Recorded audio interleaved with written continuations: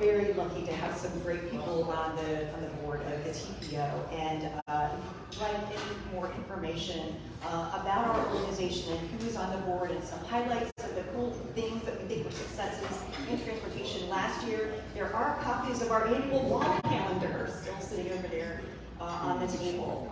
But thank you for the invitation to be here. I've been lucky to have had an interesting job for the last 20 years, and I hope I'll be able to share some observations with you. I'm here today with two members of the transportation team at Plan Hillsborough. Plan Hillsborough is a planning organization that serves not only the TPO board, but also the City County Planning Commission and the Hillsborough River Interlocal Board. So it's all things kind of big picture, multi-jurisdictional, and long range. And I'm here with two of the team leaders on the transportation team, Gina Torres, who introduced herself to you just a moment ago, and Dr. Johnny Wong, sitting in the back, who is our executive planner for performance-based planning and programming. And I neglected to say also that Wade Reynolds, who is our biped planner, is here today. But I see so many folks in the audience who I've had the pleasure of working with, and just thank you for being here. MPOs, Metropolitan Planning Organizations, are creatures of federal law. They are required to come up with a cost-feasible long-range transportation plan.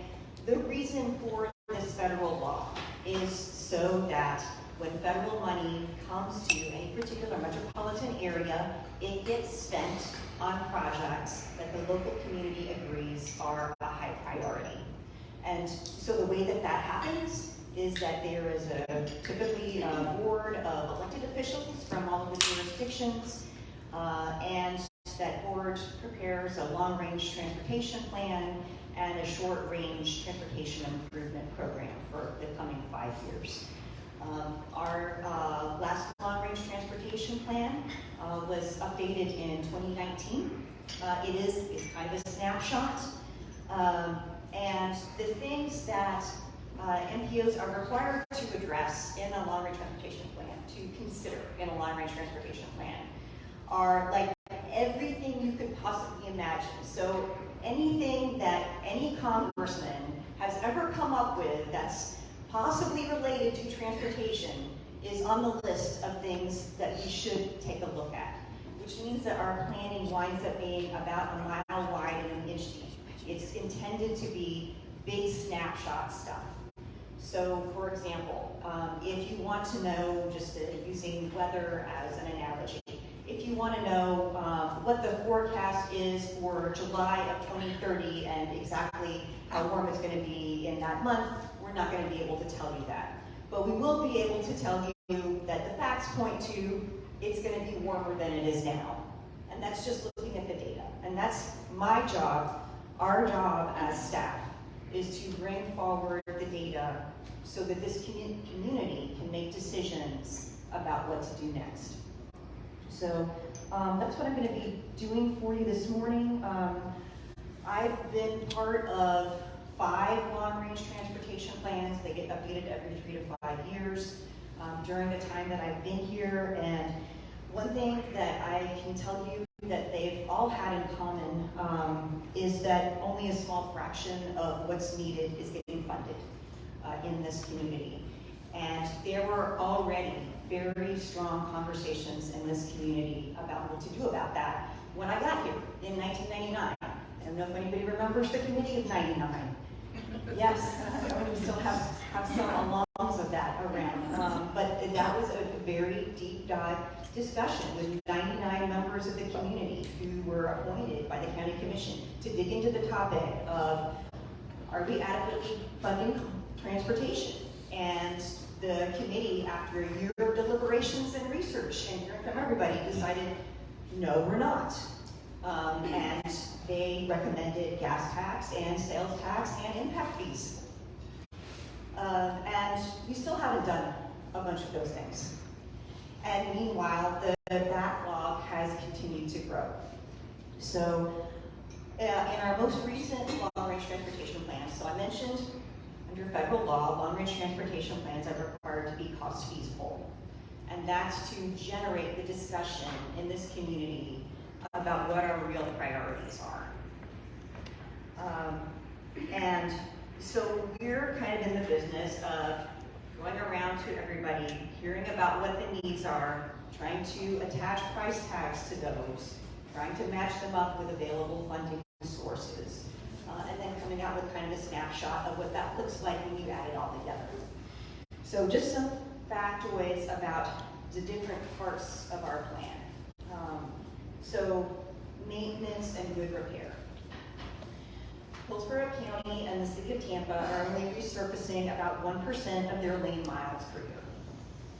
That means that you could wait more than 70 years for your road to be resurfaced, and by then it will have crumbled and have to be rebuilt at double the cost. Bridges, we have about 900-ish bridges in this county. About 300 are owned by the county. The ones that are owned by the county, they estimate that 91% will no longer be rated in good condition by 2030. Buses, 41% are not in a state of good repair right now. And that means that we wind up with bus breakdowns on the roads, which not only means that transit is an unreliable mode of transportation, it's also challenging on the roads. Resilience, we've done analysis. There are 115 miles of critical roads that are vulnerable to storm surge and inland flooding. And we have identified strategies to make them less vulnerable. Harden the pavements so they don't wash out, build breakwaters, improve the stormwater drainage systems. We've barely gotten started on that. What that means is we need to beef up the maintenance budget, and the maintenance budget is already radically underfunded. Safety. The Dangerous by Design report just came out. This is a national report. This year, Tampa Bay is ranked as the #4 most dangerous metro area in the United States for walking and cycling. But it's not that much better for driving. We had more than 250 traffic deaths just last year. Serious injuries, more than 1,000. That number of deaths is pretty much the same as New York City. New York City has 6 times the population as we do here in Hillsborough County. We do know how to fix this. The National Highway Traffic Safety Administration and Federal Highway Administration have a whole database online where you can look up the safety benefits of traffic signals, roundabouts, crosswalks, better lighting, speed management strategies, crash reduction factors based on before and after studies where things have actually been built. This is good statistical information. And we know where to build these things. Based on another public data set online that shows where those injuries and deaths are happening. We just don't have the funding to build those things. Our top recommendations, again, this is big picture, fill 1,400 miles of sidewalk gaps on major roads, add street lights to 500 miles of unlit major roads, build 350 miles of complete streets treatments on high injury roads, which we think combined would reduce fatal and injury crashes 35% over the 20 years. Traffic management. Nobody loves sitting in traffic. Traffic delay, based on our travel demand model for this region, we work on with the DOT and everybody else, may grow 3 times current levels over the next 20 years. A lot of that is driven by population growth. Again, there are some obvious low-hanging fruit for how to deal with this.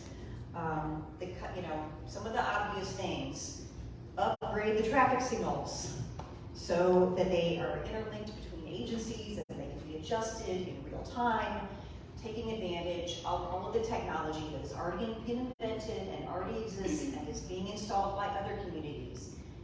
And we're just getting started on that. And We know where the bottlenecks are. There's good data out there on that too. Add turn lanes and merge lanes to the bottlenecks. Again, this is not rocket science. Just doing those simple things around the county could bring the forecast of traffic delay down 30%. And these are low-cost projects that I just mentioned, and the benefit would be countywide. These types of projects tend to have a 40-to-1 or to 30-to-1 benefit to cost ratio. So these are very smart investments, and we know where they need to go. The bus system. Tampa is in the top 20 large metros and has one of the smallest bus systems. I think this has been pretty widely reported. It's so minimal. I don't know if you saw the Wallet Hub study. It was just a couple of years ago. Wallet Hub ranked Tampa Bay's bus systems 98 out of 100 systems in the United States. Inadequate bus service drives up household expenses and reduces access to jobs and education for those who need it most.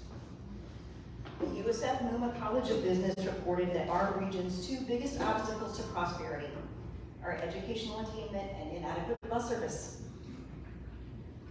Bus service is something that we invest in as a community, like any other piece of infrastructure.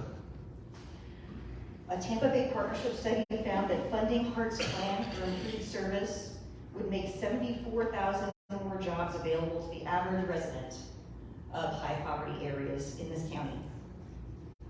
And studies that we've done found that funding HART's plan would give nearly a third of disadvantaged people who are currently isolated new access to a bus.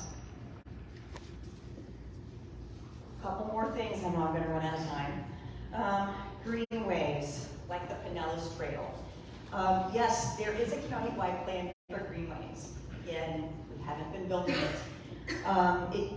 It could be, if it were built, we would have greenways within walking distance of more than 1 million residents of this county.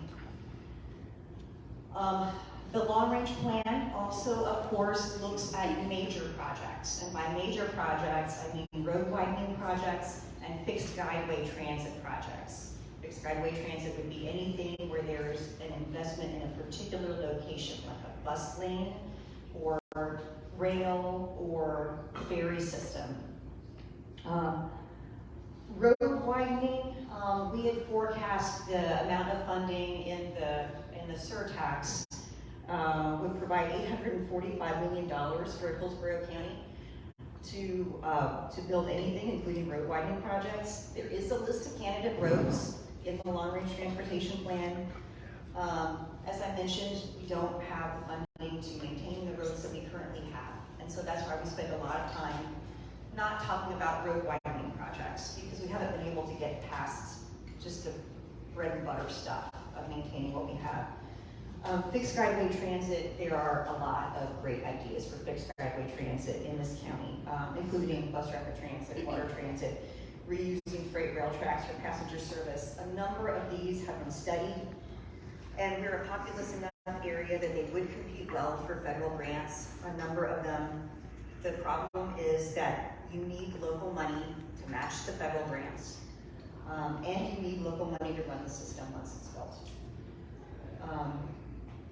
And as I mentioned, we're not even funding the basic bus service that you would need basic bus service to support and connect to any fixed guideway transit system. So again, we talk a lot about the bread and butter stuff because we haven't gotten past that. And that backlog does grow every year. We've done a lot of public engagement over the years. There's very broad community consensus that it makes sense for public dollars in this community to go towards maintenance and safety and traffic management and choices. And our growth rate is not slowing down. We're talking about 2 million people conservatively in the year 2045, maybe as high as 2.4. That means we've got Broward County's population, so think about what Fort Lauderdale is like. And I see that I'm going to get the link just in a second. So those are really the highlights. I mean, I could talk a little bit about how we got here, But what do we need to do? I mean, the decision is up to you. As I said, my job is to give you what we've pulled together in terms of research. The numbers point to, for resurfacing roads, we need about 5 times the current budget. 5 times for resurfacing the roads. 6 times if you want to include protecting critical roads from storm surge, the 115 critical miles that I mentioned. Safety, we need about 3 times the current budget. Traffic management, about 2 times. Bus service, 2 to 3 times the current budget. The major projects that I mentioned, the road widenings and the fixed driveway transit, that totally depends on which projects you want to pick as being important. Think ballpark about $100 million to widen a major road. So like Bruce B. Downs Boulevard widening, that was about $120 million-ish 10 years ago. Lithia Pinecrest, about $100 million. And that's a big chunk of change that you drop in one specific area, as opposed to providing a countywide benefit. And so that's why I keep coming back to the basic programs that would have a countywide benefit. So the point here, what I'll close with, is that this is not pocket change. We're not going to find 5 times the resurfacing budget in the seat cushions. We're not going to find it by narrowing down the amount of funding that's in the Parks and Rec budget. The other local departments, what are we going to cut? Police, fire, schools? What do you want to take money out of? The only thing I can leave you with really is the order of magnitude of the problem. I would love to tell you that we can tighten our belts and do this, but that's not what the numbers say.